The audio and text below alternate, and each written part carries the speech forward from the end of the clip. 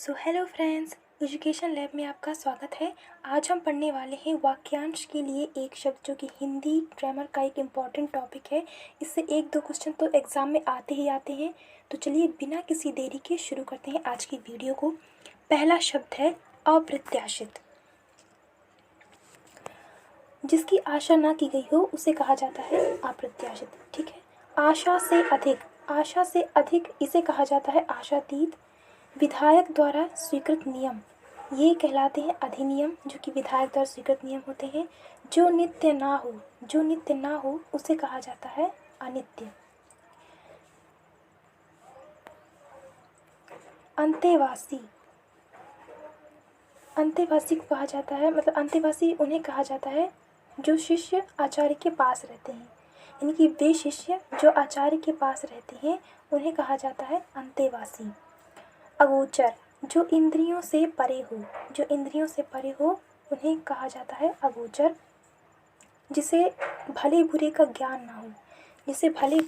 ना हो उसे कहा जाता है अविवेकी। आपाद मस्तक पैर से लेकर मस्तक तक इसे कहा जाता है आपाद मस्तक। जिसे बुलाया ना गया हो उसे कहा जाता है अनाहूत। जिसके समान कोई दूसरा ना हो तो इसे क्या कहा जाता है अद्वितीय कहा जाता है। फिर है अनिर्वचनीय जिसे वाणी द्वारा व्यक्त ना किया जा सके, यानी कि जिसे वाणी द्वारा व्यक्त नहीं किया जा सकता उसे कहा जाता है अनिर्वचनीय। जिसकी याचना ना की गई हो उसे कहा जाता है आध्यात्मिक। जिसकी याचना ना की गई हो उसे कहा जाता है अयाचित। सॉरी, ये वाला गलत है। अनुवाद एक भाषा के भाव विचार दूसरी भाषा में व्यक्त करना, तो इसे कहा जाता है अनुवाद। यानी कि एक भाषा के भाव विचार दूसरी भाषा में व्यक्त करना कहलाता है अनुवाद। ठीक।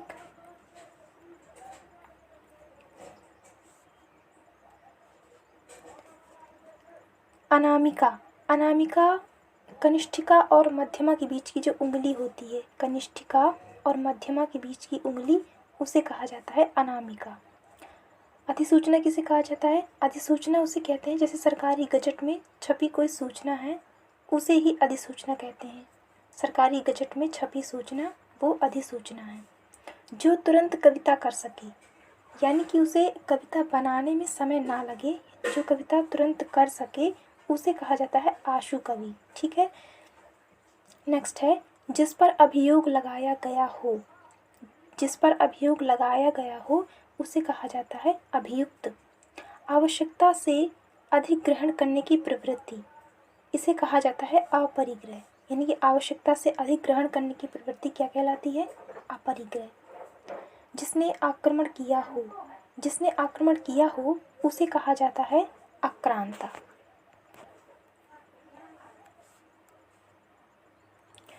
अगला है आद्योपांत, यानी कि आदि से अंत तक को क्या कहा जाता है? आद्योपांत।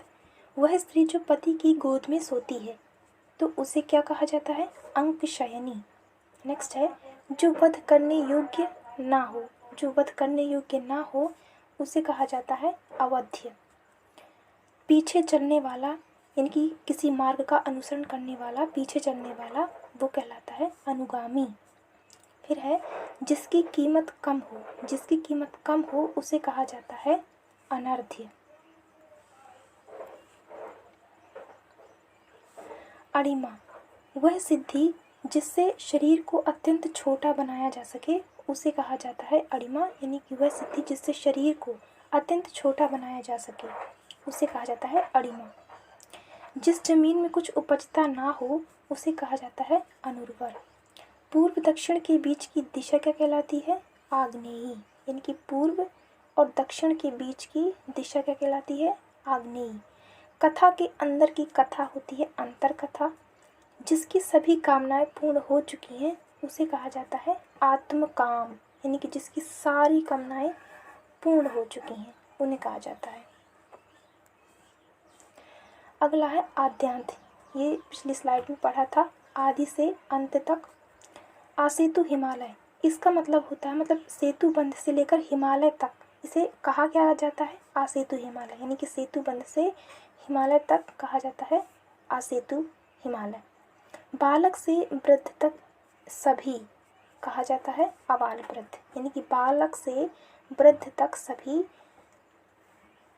तो इस वर्ग को क्या कहा जाता है, आबाल वृद्ध। नेक्स्ट है, वह नायिका जिसका पति परदेश से आ गया हो उसे कहा जाता है आगत पतिका। जीवन का अंत करने वाला, जीवन का अंत करने वाला कहलाता है अंतक, अंतक कहलाता है जीवन का अंत करने वाला। अंजलिका, अंजलिका का मतलब होता है हाथ जोड़कर प्रणाम करने की क्रिया, हाथ जोड़कर प्रणाम करने की क्रिया कहलाती है अंजलिका। अंतपुर, राजमहल के भीतर का भाग, अंतपुर यानी कि राजमहल के भीतर का भाग कहलाता है अंतपुर। दो कालों के बीच का समय, दो कालों के बीच का समय क्या कहलाता है, अंतरिम। जैसे कैबिनेट में अंतरिम होते हैं, दो कालों के बीच का टाइम है ना, गैप, वो।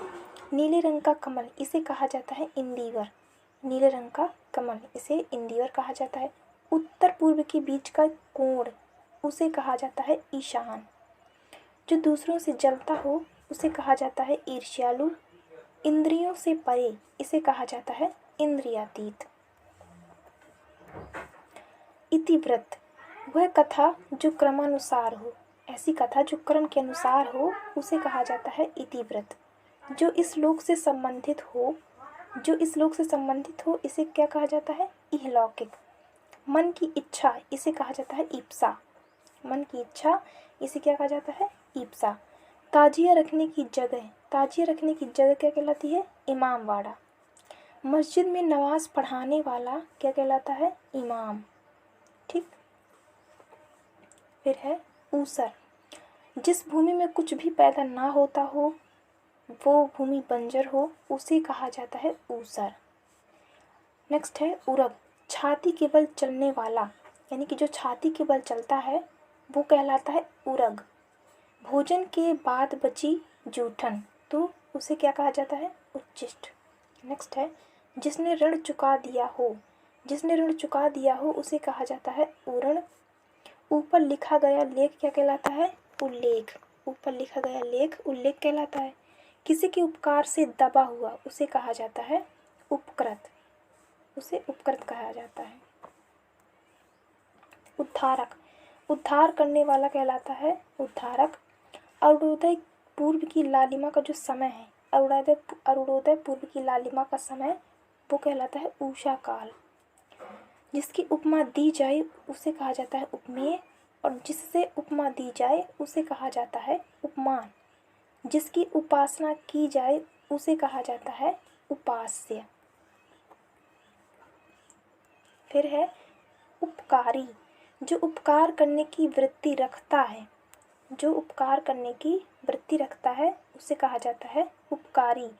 धरती फोड़कर जन्म लेने वाला ये कहलाता है उद्भिज, मतलब धरती फोड़कर जन्म लेने वाला जो व्यक्ति है, कोई भी धरती फोड़कर जन्म लेने वाला उसे कहा जाता है उद्भिज। वह सामग्री जो वस्तुओं के निर्माण में काम आती है, वह सामग्री जो वस्तुओं के निर्माण में काम आती है उसे कहा जाता है उपादान।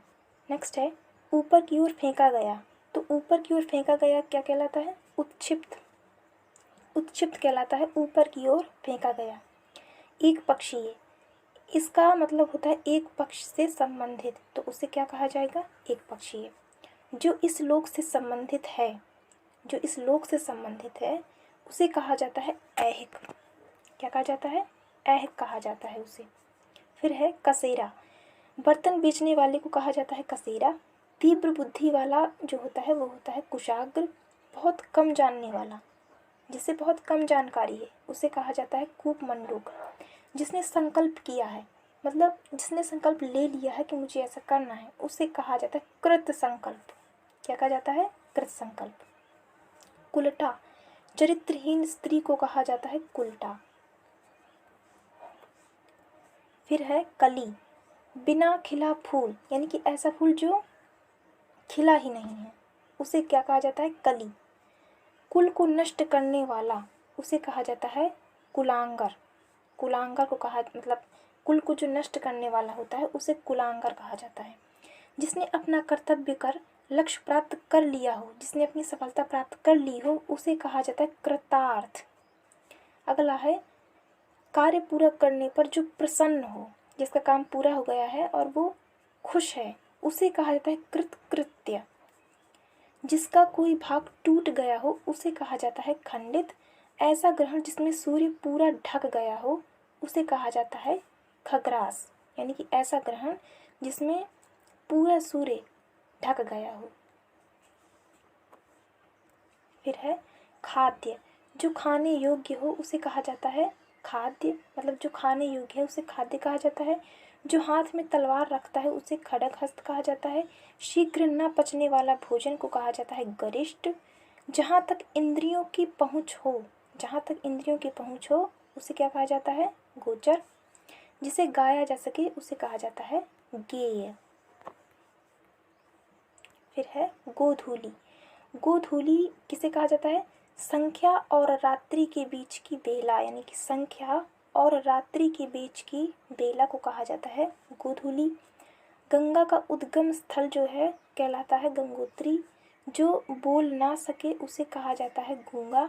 शरीर बेचने वाली स्त्री को कहा जाता है गणिका। दूसरों से पूजा करवाने की वृत्ति कहलाता है गुरुडम, गुरुडम कहलाता है। पंजाबी भाषा की लिपि होती है गुरुमुखी लिपि, पंजाबी भाषा की लिपि होती है ना, ये वही है। फिर है गीति रूपक, वह रूपक जिसमें गद्य रूप कम हो, गेयता अधिक हो। मतलब वह रूपक जिसमें गद्य रूप कम हो और उसकी गेयता ज़्यादा हो तो उसे कहा जाता है गीति रूपक। वह काव्य जिसमें गीति तत्व कम हो, अगर गीति तत्व कम है तो उसे कहा जाता है गीति काव्य। जो गणना के योग्य हो उसे कहा जाता है गणनास्पद। घूस लेने वाले व्यक्ति, घूस लेने वाले व्यक्ति जो हैं वो क्या कहलाते हैं? घूसखोर। दूसरों के दोष ढूंढने वाला कहलाता है छिद्रान्वेषी, दूसरों के दोष ढूंढने वाला। नेक्स्ट है जिज्ञासा। जिज्ञासा का मतलब होता है जीतने की इच्छा, जीतने की इच्छा को कहा जाता है जिज्ञासा। अगला है जितेंद्रिय। जितेंद्रिय कहा जाता है जिसने इंद्रियों को जीत लिया हो, जिसने इंद्रियों को जीत लिया हो उसे कहा जाता है जितेंद्रिय। ठीक है। फिर है टकसाल, जहाँ सिक्के ढाले जाते हैं उसे क्या कहा जाता है? टकसाल। गंगा यमुना सरस्वती का संगम क्या कहलाता है? ये कहलाता है त्रिवेणी। चोरी छिपे माल ले जाने वाला वो कहलाता है तस्कर, यानी कि चोरी छिपे माल ले जाने वाला जो काम होता है वो तस्करी कहलाता है, और तस्कर वो जो चोरी छिपे माल को ले जाते हैं। तैरने की इच्छा यानी कि तितीर्षा, इसे कहा जाता है तितीर्षा।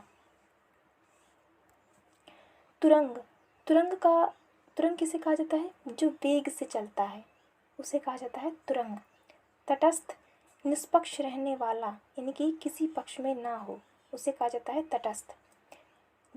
त्याज्य, जो त्यागने योग्य हो, जो त्यागने योग्य हो उसे कहा जाता है त्याज्य। बाढ़ रखने का खोल, बाढ़ रखने का खोल क्या कहलाता है? तुड़ीर, तुड़ीर कहा जाता है बाढ़ रखने का खोल। तो चलिए आज की वीडियो में इतना ही, मिलते हैं नेक्स्ट वीडियो में। Thanks for watching.